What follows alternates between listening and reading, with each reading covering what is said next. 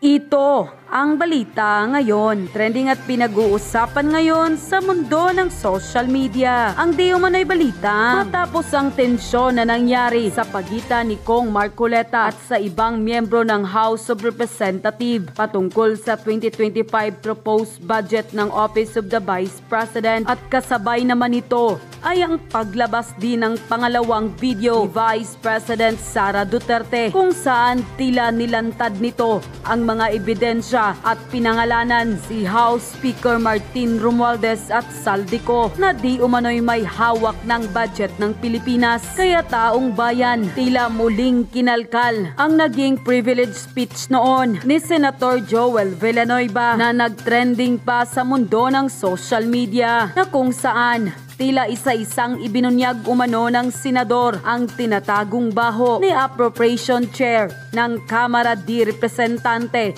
na si Saldico. Gaano kaya ito katotoo, mga kababayan? Ating alamin. Pero bago ang lahat, kung bago ka pa lamang sa aming channel, please huwag kalimutang mag-like, subscribe at i-click ang notification bell para mas maging updated ka palalo sa lahat pa ng bagong video na i-upload namin. At eto na nga, mga kababayan, tila totoo pala ang kasabihan, ang sinungaling ay tila kapatid ng magnanakaw. Ito ang matinding buwelta ng marami sa ating mga kababayan matapos tahasang pinangalanan ni Vice President Sara Duterte ang may hawak ng buong budget ng Pilipinas. Ito'y walang iba di umano si House Speaker Martin Romualdez at si Akop Bicol Representative na si Saldico. Matapang na mag-isang ibinunyag ni Vice President Sara Duterte ang tila mga ebidensya na nagpagulat sa marami sa ating mga kababayan kung paano umano nila nilulustay ang pera ng taong bayan. Tila nahaharap naman sa kahiyan ang isa sa may hawak ng budget ng Pilipinas dahil tila nag-umpisa ng maglabasan sa mundo ng social media ang di umano'y mga tinatagong baho ni Akop Bicol Party List Representative Saldico na siya ngang itinuturo na mayroon umanong kumpanya na nalink sa Parmali at tila may kinalaman din sa umano'y controversial DepEd laptop project. Tambak-tambak pala ang umano'y kaso nitong si Saldico na siyang tila pinatunayan at kinumpirma naman ni Senator Joel Villanueva sa kanyang privilege speech sa Senado. Ayon pa sa kanya, papaano mo mapagkakatiwalaan na ang humahawak ng budget ng Pilipinas ay ang tao na ito? At ito pa ang nakakagulat. Nito lamang March 5, 2024, mayroon pala itong proyekto na 4.59 billion pesos na isiniwalat naman ng Manila Bulletin writer at well-known political commentator na si Crisette Laureta Chu. Ano nga ba ito, mga kababayan? Ayon pa sa kanyang social media post, "Dear minamahal kong Pilipinas, gusto kong malaman ninyo that ako, Bicol Party List Congressman Saldico, who is the head of Appropriation Budget, is also the owner of SunWest, who is the contractor for major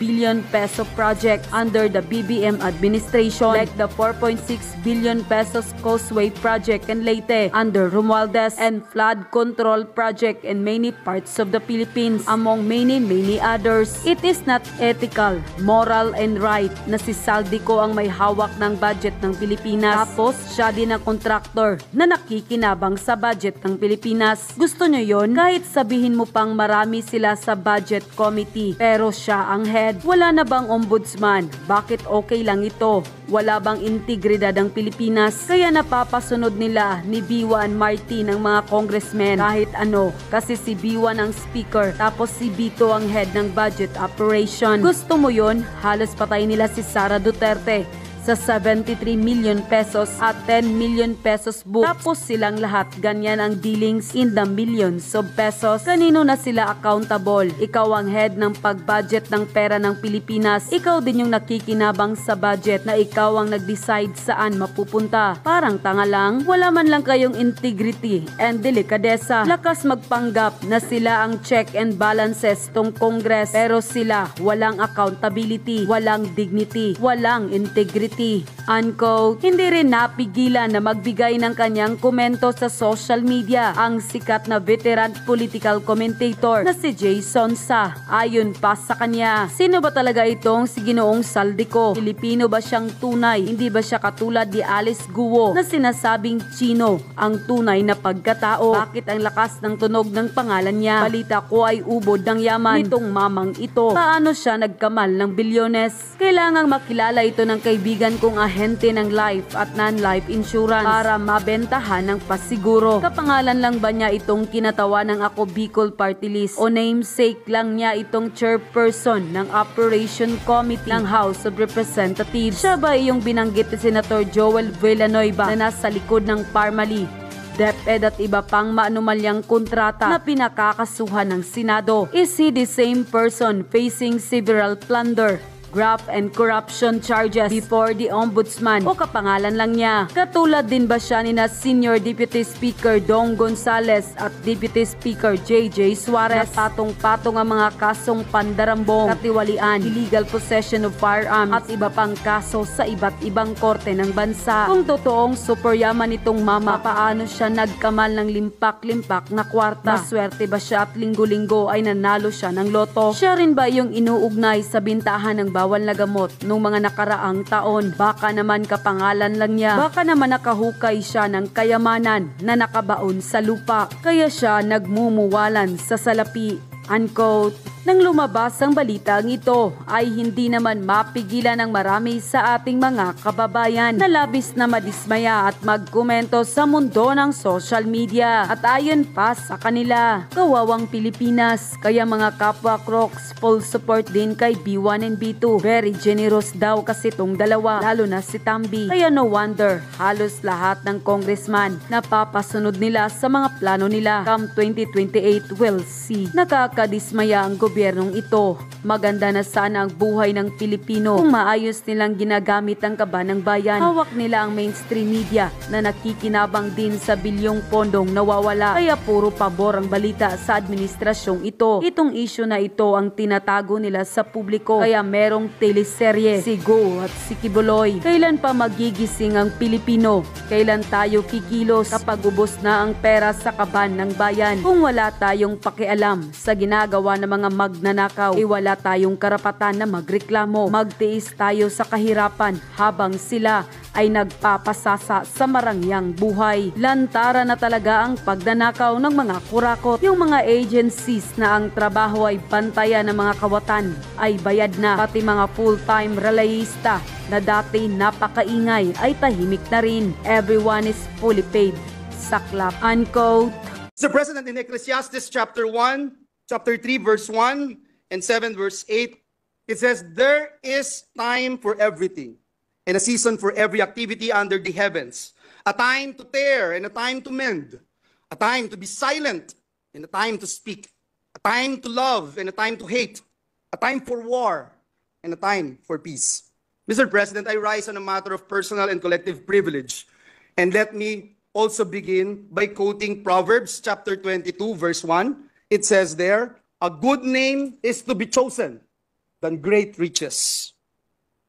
Pinalaki po ako, Ginoong Pangulo, ng aking mga magulang sa bersikulong ito sa Biblia, na pinakamahalaga ang malinis na pangalan, far more important than gold and silver. Napakahalaga na maintindihan na ang pagkakasala sa Diyos ay mas masahol pa sa kahit anong kasalanang po pwede mong magawa sa iyong kapwa-tao. Every first grader, every Sunday schooler knows that liars go to hell.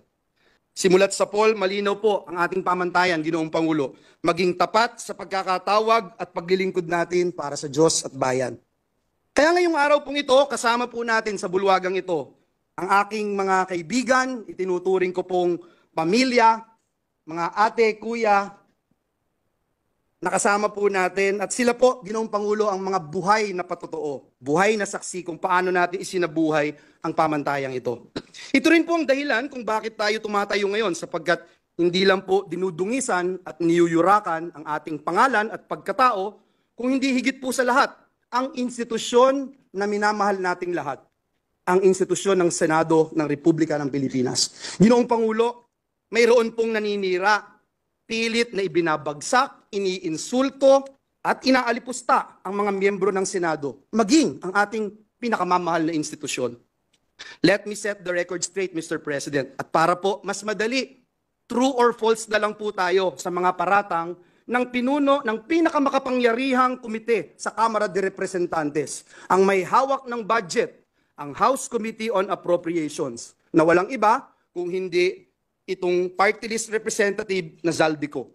Unang paratang po sa atin, Ginoong Pangulo, may kaso daw po tayo sa Ombudsman. True or false? Ang sagot, false. Ang pinag-usapan ng gawa-gawang reklamo noon, isang sulat po na mula sa ating opisina. Ito pong gawa-gawang reklamo noon ay katawa-tawa sapagkat ang ginamit po, kung po pwede po nating ipakita, na font ay Comic Sans. Yan po ang ginamit na font, pang-comedy po. Ang letterhead po na ginamit ay Buhay Party List. Mr. President, the last time I checked, ang tatay ko po, hindi po si Brother Mike Velarde. Ngunit mahal ko po siya.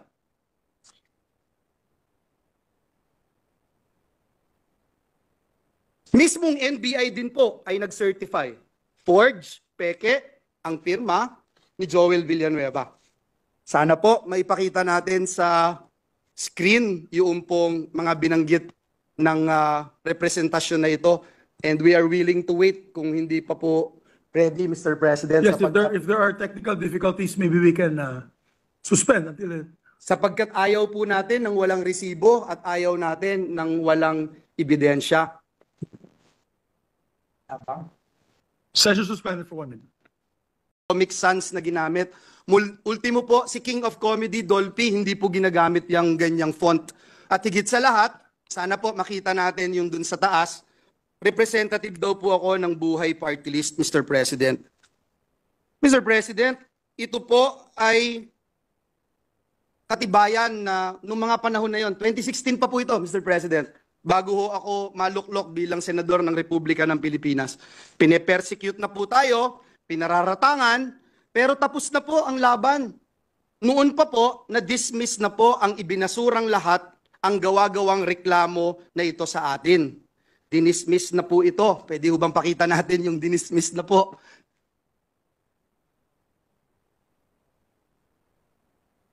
Mr. President, 2019 pa po, dinismiss na po ang kasong ito na ipinaparatang sa atin. Noong 2016 po, Ginoong Pangulo, ayan po yung pag-dismiss, Mr. President, ng reklamo. Hindi nga po nakarating sa korte, Ginoong Pangulo, na-dismiss na po sa probable cause pa lamang. Mr. President, noong 2016, ginamit po ito, ngunit hindi nagtagumpay. Nakakuha po tayo ng 18,459,222 votes. Noong pong 2022 elections, 18 million na naman ang nakuha po natin at talagang hindi rin po pinaniwalaan ng taong bayan ang mga paratang na ito na ngayon po ay inuulit ng makapangyarihang chairperson ng Committee on Appropriations. Mr. President, is the Pope Catholic? Nag-research po ba at nag-aral ang nag-aakusang ito sa atin? Ngayon po, kakalkalin ngayon ang kanyang mga kaso. Nakakalungkot po dahil kaibigan naman po natin siya. Pero dahil po pumasok siya sa away na hindi niya away, kailangan niyang magbabanggit ng mga personal attacks, kakalkalin po itong mga atraso niya sa bayan. Ito pong kumpanya niyang SunWest Corporation. True or false? Ito po ba ang isa sa pinakamalaking government contractor sa bansa? Sagot, true. True or false?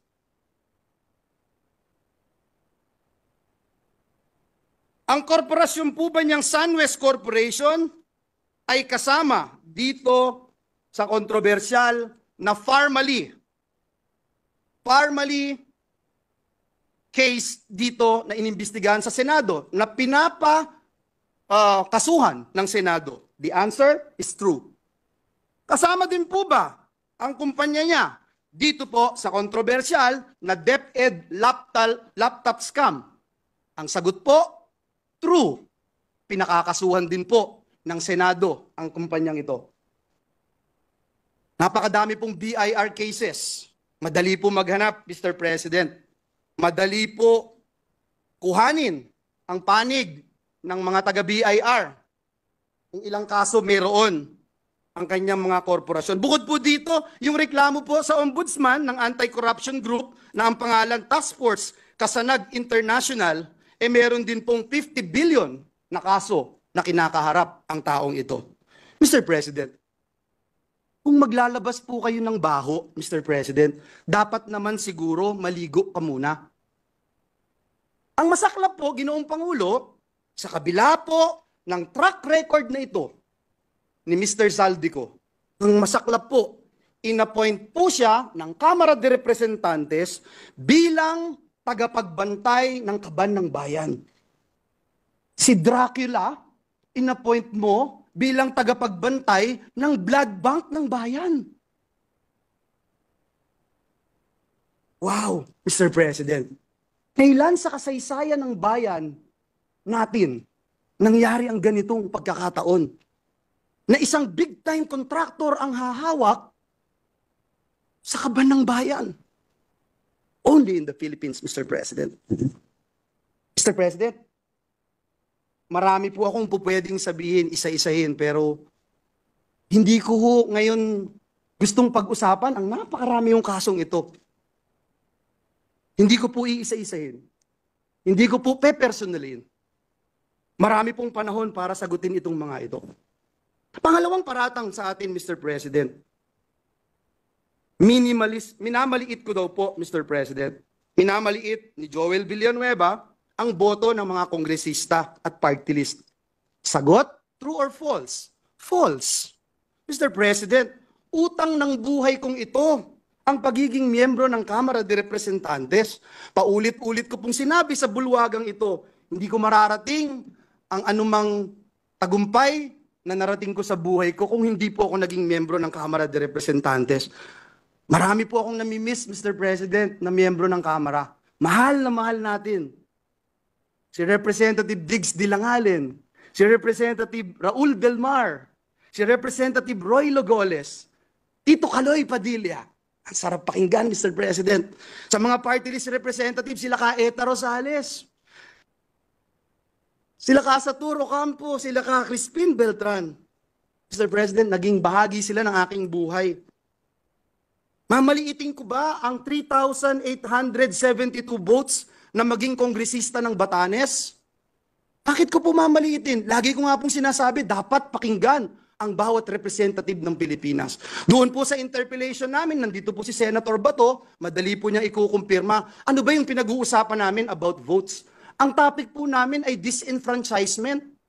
Ang binanggit po namin ay kung tayo po ay iluluklok ng taong bayan bilang senador, tayo po ay iluluklok ng taong bayan bilang party list representative o bilang district representative, may different roles po tayo. Ang disenfranchisement mangyayari kung bubuwagin ng Senado, kakapunin ng Senado, tinatanggalan natin ng karapatan yung mga nagluklok sa bawat miyembro ng Senado na naririto po ngayon. Mr. President, kailanman hindi natin kayang maliitin ang bawat miyembro ng Kamara de Representantes. Higit sa lahat, Mr. President, miyembro po ng Kamara at party list ang tatay ko, na mas mahal ko pa kaysa sa buhay ko, Mr. President. And let the records bear that statement of this representation. Paano ko po mamaliitin ang Kamara? Ang tunay na issue, Mr. President, ay ito pong Peking People's Initiative. Dito po tayo mag-focus. Madali ho maghalit para sa akin. Madali po para magsisigaw ho dito dahil kakampi ko maraming senador. Madali po yun, Mr. President. Napakadali. Banggitin isa-isa itong kaso na ito. Ilang bilyong dito, ilang bilyon doon. Madali po sabihin, pero hindi po yun ang focus. Ang focus po natin, Mr. President, at hindi tayo dapat maging personal, ay banggitin natin itong bigger issue. This issue which is bigger than myself, which is bigger than you and me, which is bigger than this institution, Mr. President, and this is the soul of our nation, our Constitution, Mr. President. Imagine, Mr. President, true or false, Mr. President? Gusto ba ng taong bayan itong mabahong PI o peking People's Initiative, Politicians Initiative na ito? Yung OCTA po, sabi 1% lang ang naniniwala na may halaga itong tsa-tsa. Noong January 31, ang CBCP nagbigay po ng pahayag na sabi po nila, hindi tayo basta lalagda o papayag sa kahit anong petisyon sa COMELEC. Ayan po ang sinabi ng CBCP. Can we show the CBCP resolution, Your Honors? Ayan po. Noong pong isang linggo, February 11, ang Philippines for Jesus Movement ay naglabas po ng isang manifesto laban sa Peking People's Initiative. Mr. President, maliwanag pa po sa sikat ng araw. Hindi ito ang prioridad ng taong bayan. Lalo na't maraming Pilipino ang nagugutom at nahihirapan. Hindi na po nakakayanan ng ating mga kababayan yung presyo, taas ng presyo ng bigas, sardinas, kape, gatas, instant noodles, maging asin, at iba pa. Nagluluksa pa rin hanggang ngayon ang maraming kababayan natin. Biktima ng baha at landslide doon po sa Davao. Nagsimula na ang El Nino, Mr. President. Anong magagawa nitong Peking PI sa El Nino? May haharapin tayong tagtuyot. May haharaping tagtuyot ang ating mga magsasaka, Mr. President. Mga kababayan natin na hanggang sa buwan ng Mayo haharapin ang El Nino. Bagsak pa rin ang kalidad ng edukasyon. Andyan po ang mga commissioners ng EDCOM sa pamumuno ni Senator Gatchalian. Kulelat pa rin ang mga estudyante natin sa PISA. Mga bagong graduates, below minimum wage. Below minimum wage ang tinatanggap. Mr. President, napakatindi ng traffic, tinitiis ng mga manggagawa natin ang araw-araw na kalbaryo. Mga OFWs natin na di-displace, Mr. President. Mga kababayan po natin na nagtatrabaho katulad ng nangyari sa New Zealand, doon po sa Saudi Arabia. Mr. President, hirap na yung taong bayan. Pero, mabaho at peking PI pa rin ang gustong asikasuhin ng mga taong nagtutulak nito. At nung mahuli, mayabang lang kayo. Senado, papogi lang kayo. Senado, gawin nyo to, gawin nyo yan. Mr. President, ano ba talagang layunin ng mga taong nagsusulong ng peking PI? Tanggalin ang Senado sa napakahalaga at napakasagradong proseso ng pag-amyenda o pagrebisa ng ating konstitusyon. Is this true or false? True, Mr. President, ang sagot. Iyan po ang nakalagay sa pinapipirmahan nila. Mr. President, may nanununog ng bahay natin, nahuli natin, may dalang sulo, sinusunog ang ating mga poste ng bahay natin, at nung mahuli natin sila, sa halip na magpakumbaba, sa halip na aminin na sila'y nagkamali, sila pa po ang galit, Mr. President. Sila pa po yung nambubuli. At nung mahuli po natin, ayaw pa rin pong umamin sa kanilang kasalanan. Sa halip po, minumura tayo, tinitira tayo ng below the belt, kesyo pangit tayo, mayabang tayo, etc. Sila pa ang galit at sabi pa sa atin, hoy, pagluto mo pa ako. Hoy, next week, ipasa mo to. Mr. President, hindi ho punching bag ang Senado. Naniniwala akong hindi tayo papayag maging punching bag, Mr. President. Sa mga kababayan po nating nanonood ngayon, sa mga kababayan po nating sumusubaybay, kapag nangyari po ang gusto nilang pagbabago sa konstitusyon, mababaliwala po ang inyong Senado.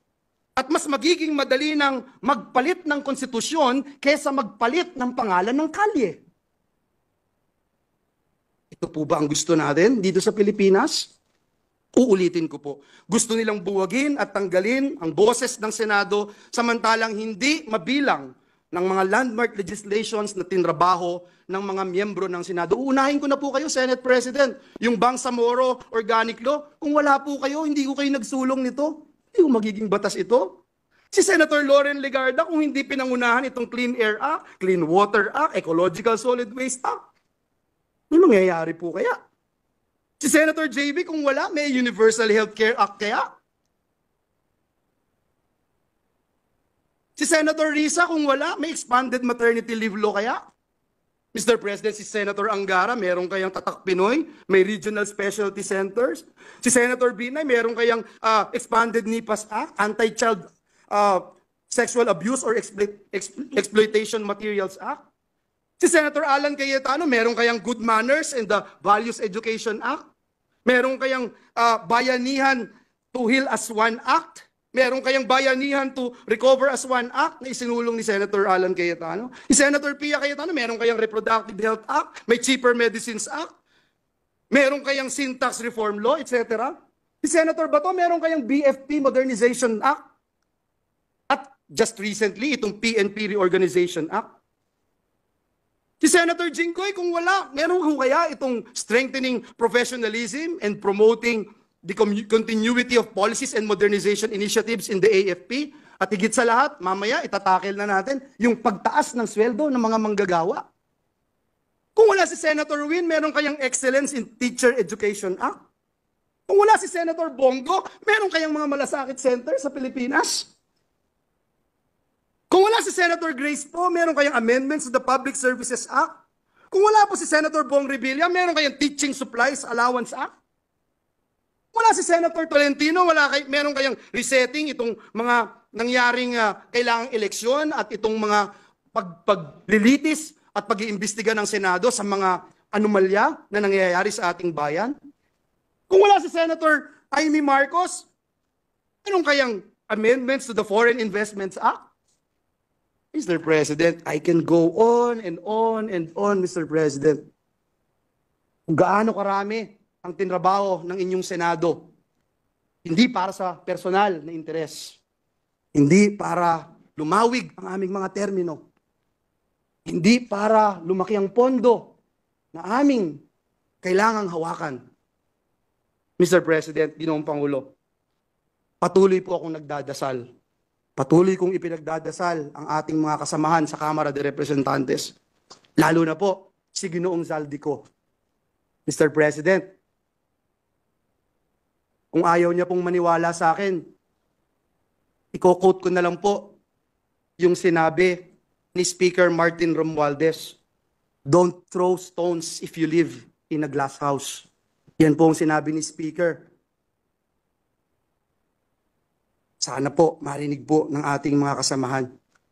Pinapanalangin ko po na bigyan tayo nawa ng Panginoong Diyos ng lakas, talino, maging kakayahan para magpatawad, Ginoong Pangulo, at pagtuunan ng pansin higit sa lahat, ano po ba ang tunay na kailangan ng bayan ngayon at ipanalo natin ang taong bayan. Sa halip na pagtuunan natin ng pansin kung sinong mas magaling, kung sinong mas magandang lalaki o kung sino man ang mas mayabang. Hindi po ang mabaho at peking People's Politicians Initiative ang kailangan ni Juan de la Cruz. Sa tindi po ng kahirapan, sa tindi ng traffic, sa tindi ng gutom, hindi po PI ang kailangan. Ang kailangan po, Mr. President, ni Juan de la Cruz ay pambili ng gamot. Kailangan po niya ng pagkain sa hapagkainan nila. Ang kailangan po niya ay dekalidad na edukasyon. Ang kailangan po niya ay trabaho at magandang kita. Nawa, Ginoong Pangulo, matuldukan na ang mabaho at peking People's Initiative. Marami na pong nagawa ang inyong Senado, pero kulang pa. At alam ko po, bilang miyembro ng institusyong ito, na marami pa tayong magagawa para sa bayan. Kaya magtrabaho po tayo. Maraming salamat, Ginoong Pabulo. Mabuhay ang Senado ng Republika ng Pilipinas. At yun na nga mga kababayan, ano na ang masasabi mo? Kung mayroon kayong hinaing at komento patungkol sa balitang ito, please comment down below. Pag-uusapan natin yan sa comment section. At kung nagustuhan nyo ang video, ay huwag kalimutang mag-like at i-share na din para mas marami pang makaalam at umabot ito sa marami sa ating mga kababayan. Maraming salamat po!